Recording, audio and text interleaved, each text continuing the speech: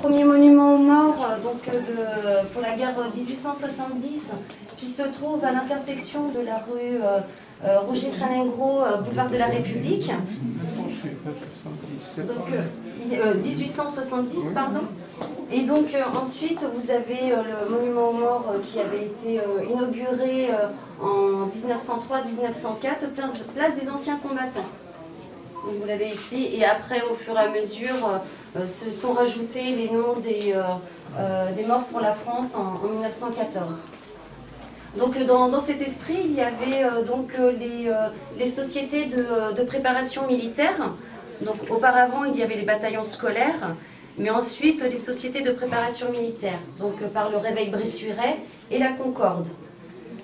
Donc on a essayé de vous représenter là dans les bibliothèques. Vous avez les premiers registres donc de la Concorde et du Réveil Bressuiret.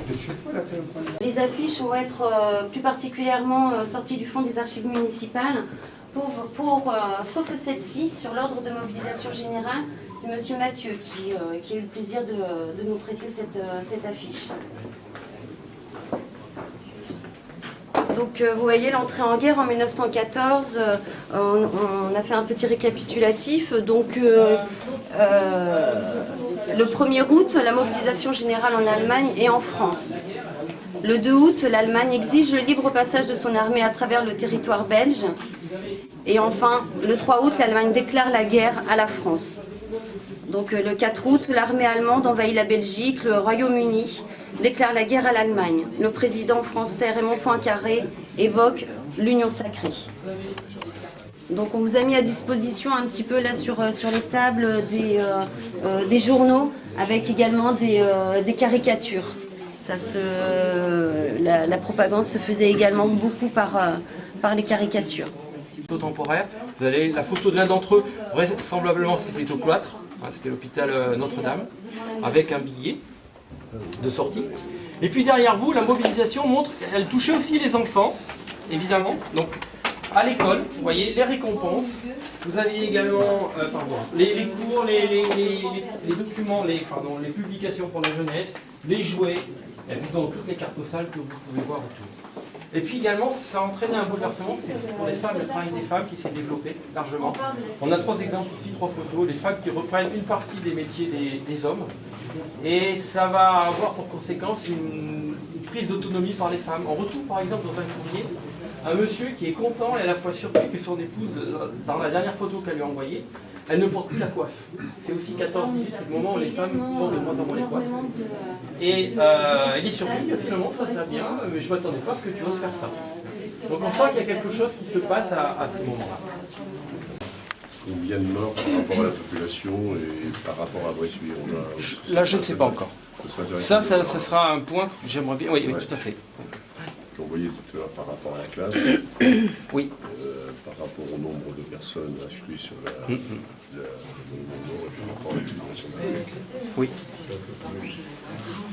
D'après les statistiques générales, je crois que les Allemands ont eu un petit peu plus de pertes que les Français, mais c'est pas grand-chose. Mais ça a été terrible des deux côtés. Et il y avait 2 fronts. Ils avaient le front de l'Est en plus. Ouais, ouais. Voilà, et donc pour le retour, en fait, nous proposons de repartir par là.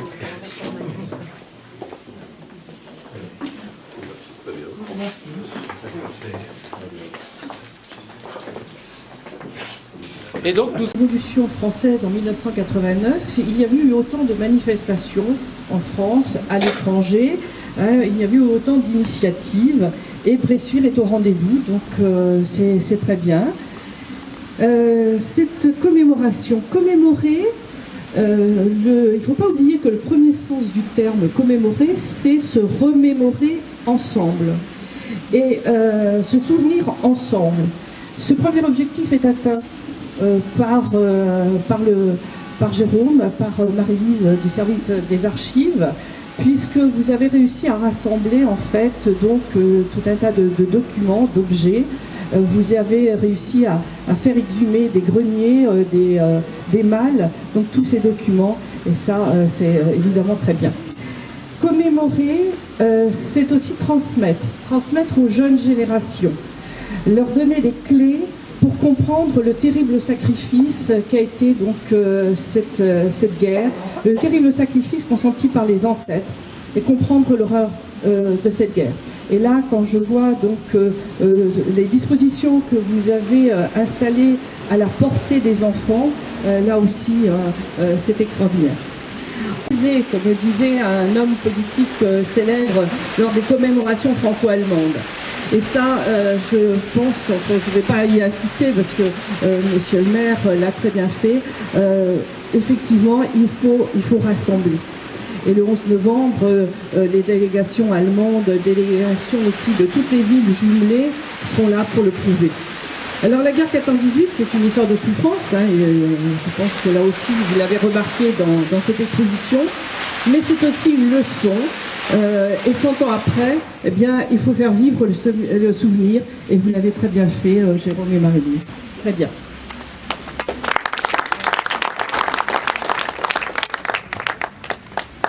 Marie, pour la communauté d'Aglo. Merci, bonjour à tous. C'est une collaboration entre l'agglomération du Bocage-Bressuire et la ville de Bressuire. Nous en sommes très fiers. Lorsqu'on a des agents de qualité, forcément le résultat est bon. Les commémorations de 14-18, ça va aussi inclure 2 spectacles au théâtre et puis un travail avec le conservatoire de musique, tous au service de l'agglomération. Je voulais donc remercier les prêteurs, les gens qui ont déposé des objets, parce que moi je me suis plutôt attachée à l'objet. J'ai mon papier. Ces objets, que ce soit des objets ou des correspondances, ils sont particulièrement bouleversants, émouvants, et ce sont des témoignages. Et je me suis mise un peu dans la peau d'un jeune, 18-20 ans, dans une tranchée, qui jour après jour subit la violence des combats. Il a la peur au ventre parce qu'il risque de mourir.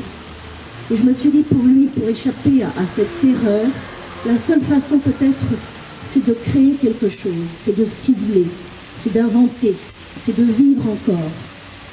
Donc ces objets, eh bien, soit ils sont rentrés dans les pactages avec les survivants, soit ils sont rentrés dans les maisons, des souvenirs envoyés, ou peut-être même des archéologues, quelques dizaines d'années après, qui les ont trouvés. Mais ces objets sont donc un témoignage de vie.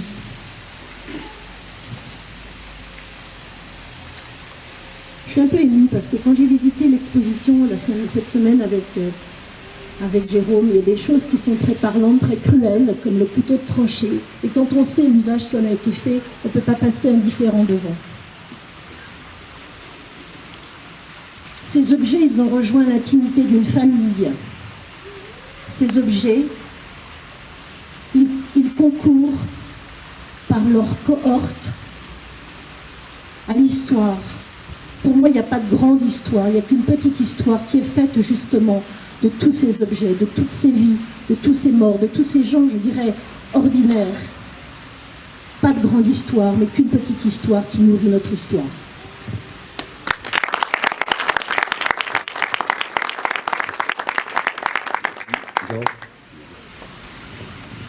Merci Marie.